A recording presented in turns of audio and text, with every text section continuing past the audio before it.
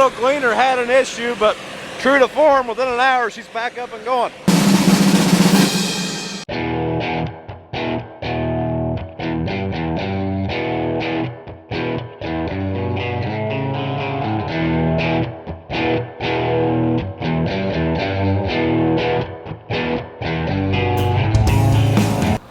Morning. Let's head over to the field. Just got back from taking the kids to school, and when I did that, I drove by the field. The AGCO guys are already there, so let's see if they need fuel for the combine or the tractor, and see what we can get going. Now we've got a couple trucks to dump and a grain cart. See what Dad's going to do, see where he's going to run, and get everything moved and get going back and forth. Well, Dad, there's your gleaner. Yep. Okay, we had one. Is it a K2? K2, oh, it's gas. Had a 292 Chevy engine on it. Now, when you had a K, what did you have? Like you said, John had a K, and what did you have? I had an F.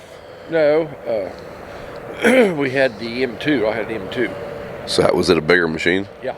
So how many acres a day could you two do with those? Oh, probably as much as we do now. Well, we worked from daylight to midnight. They never broke down. You could take the cylinder out in 10 minutes. If we had to. I mean, were they 4 rows? No, the M was, we went 30-inch, it was a 6-row, and we had 3-row for the K. We never used it much. So those guys are measuring out the tillage plots. I don't think we're going to get to run the tillage plots today. They are going to plant the cover crops, but the soil is just a little bit wetter than we would like it to be for those tillage plots. So I think those are going to get delayed a couple days, and just get the cover crops in the ground. That seems to be the plan for now. So our 1038 is back on the grain cart. They're using the 1042 to plant the cover crops. I think BJ is going to be happy to have the 1038 back after running the 685 all day yesterday, the 685 Challenger. Got your AGCO shirt on? Yeah, I see that. I think old Squashy just got fed. Squishy gets fed quite often. There he is. Hey, Squishy. Alright, so we're dumping some trucks. We got the coffee brewing, but people always say that it gets confusing when we explain how grain flows in here. So I made this little chart for you guys. So here we've got the drive-through. This is where the trucks get dumped. They go into this drag and into the leg. From the leg, we can figure where we want to put the grain based on moisture. Most likely it's going to this wet bin. This wet bin feeds this dryer. The corn goes through the dryer, out the back of the dryer into the air system, and then it can go into one of these 2 bins. And then if we want to put it in that bin, we have to transfer it from this bin to the leg over to there. And that's how it flows. There's what we have in each bin. That's the capacity. And there's Squishy. Now we can see our flow chart right beside our control panel. Once we get this thing closed in, I'll probably mount that thing out here. Now at some point at the older grain bins, I'll make that same flow chart explaining how it works, but we're not even there today, so we're not going to worry about it. No. The good news is, breaker just tripped on the dryer again. Not sure why. Probably got a bad breaker or something, but once we flipped it, reset it, she took off. She's got to replace our belts and we'll be back in business. Much better that these belts burn off than those ones.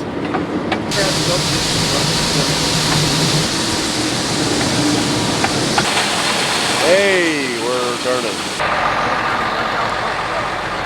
All right, Dad and BJ and Larry, they're going to go finish this field they were in last night. Looks like they're getting ready to head out now. And yeah, hopefully that ideal gets moving and we get some of that field coming in there. Yep, the little gleaner's getting ready to roll. She's got 36 more rows. I think they're taking off with it 1 row at a time, and then it'll be done. But then we've got all of these plots that the ideal's going to do. Dad, my brother, and Larry, they finished their field, grabbed a bite to eat, moving to the next one. Very warm here lately. Just got an alert from our AGI system that we're getting a hot spot bin too. So it's kind of large temperature changes like this.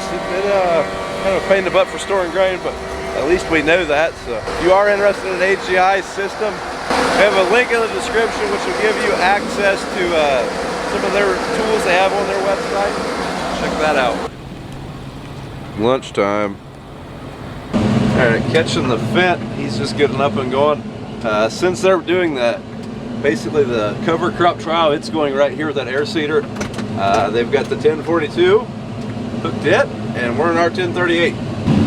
So this particular ideal has a very long auger. Like we would normally be over there in those tracks in our combine. But with ideal, we're not, and we still have quite a bit of reach. This is actually the first time that I have ran the grain cart all year. One thing that I really noticed about the ideal, other than the long unload auger, it's a little bit lower, I feel, than our cloths. Could be wrong, and I mean, I've never had them side by side. It just seems like it hangs over the cart maybe a little bit lower. I mean, no clearance issues on this cart. The Umperforth cart is it's fairly low. It's easy to get over the side of, but our other cart, for example, it might be a little bit tighter. Now we gotta go back here and catch the big mighty gleaner. Yep, she can reach over this cart. That is incredible. I didn't think it would do it, but it does. I hope we got space, but I think we can hold it.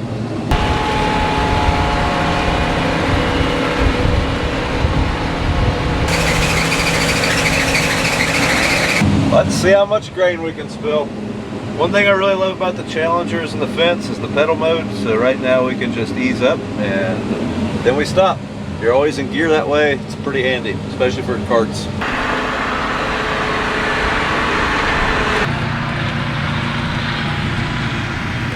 Alright, so the cover crop trial is just getting started. The ideal is over there. Right now it is doing the depth plot. The gleaner is still doing the compaction plot. So yeah, a lot of stuff happening. Should probably turn the conveyor on first.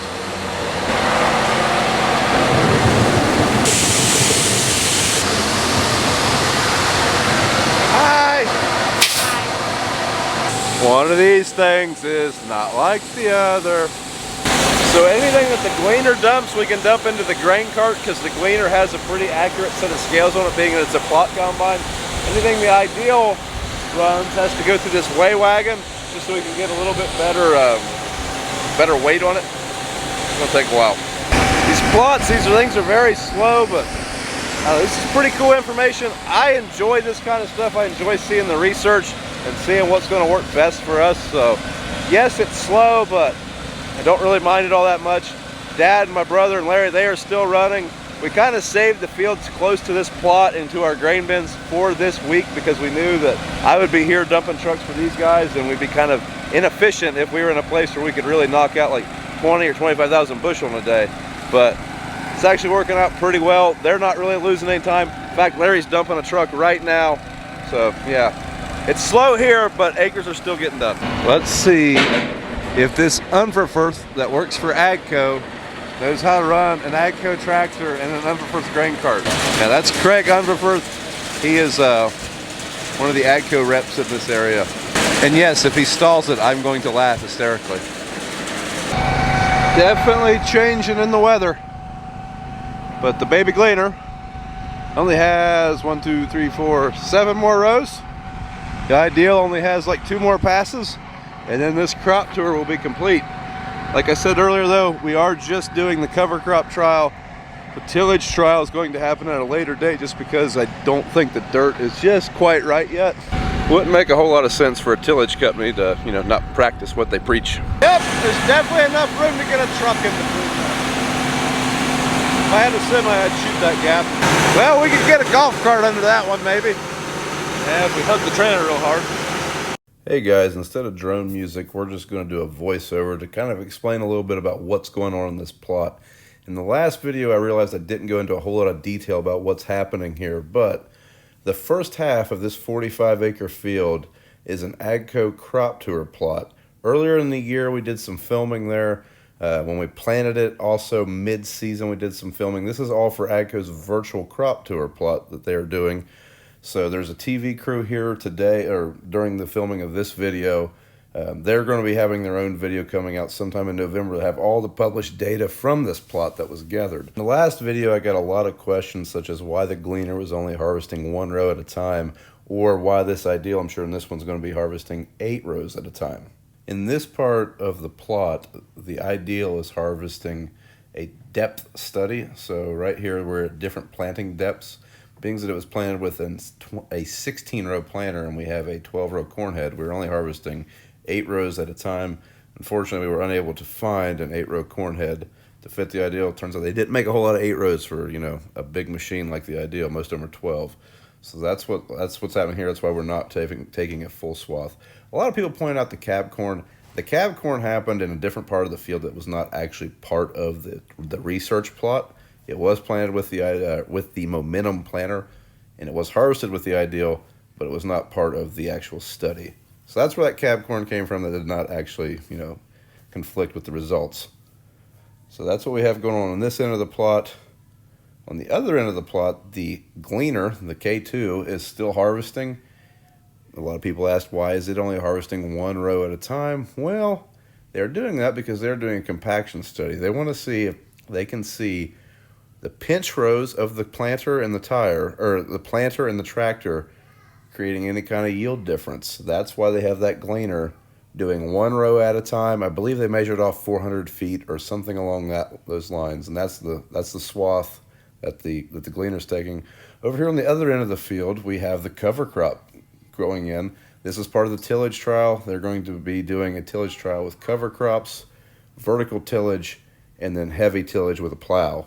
So, and then also just straight no-till. So cover crops are going in this, but the rest of it's going to have to wait for the soil to dry out, like I mentioned. Here, I'm just messing with AGCO agronomist Jason Lee. He has no idea we're right behind him, and I tried to scare the crap out of him.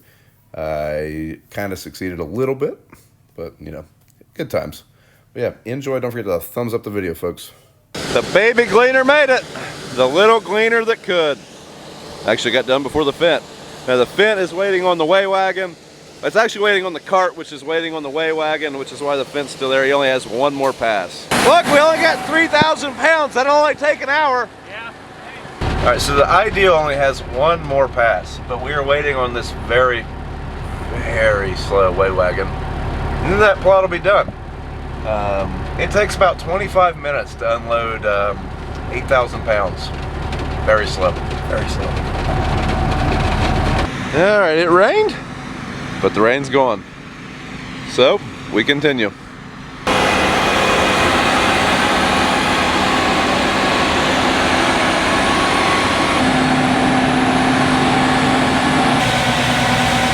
So the field is completely done. We gotta dump that weighted load, and then that's it. Crop through plot will be over. And that's a wrap. Hey guys, I definitely forgot to film an outro to this video, but if you're interested in the data that was gathered from this research plot, it will be published at AGCO's website sometime in the next month or so. But yeah, I'm really looking forward to seeing the yield data from that. I don't know it myself, so it should be pretty interesting. But do me a favor, don't forget to thumbs up the video if you found this content enjoyable. Subscribe to the channel. We will be running that Fendt at some point in the near future, so Dad and myself, and maybe even my brother if he's lucky, we will get some seat time in that, so really excited for that. But thanks for watching, and yeah, we'll see you in the next one.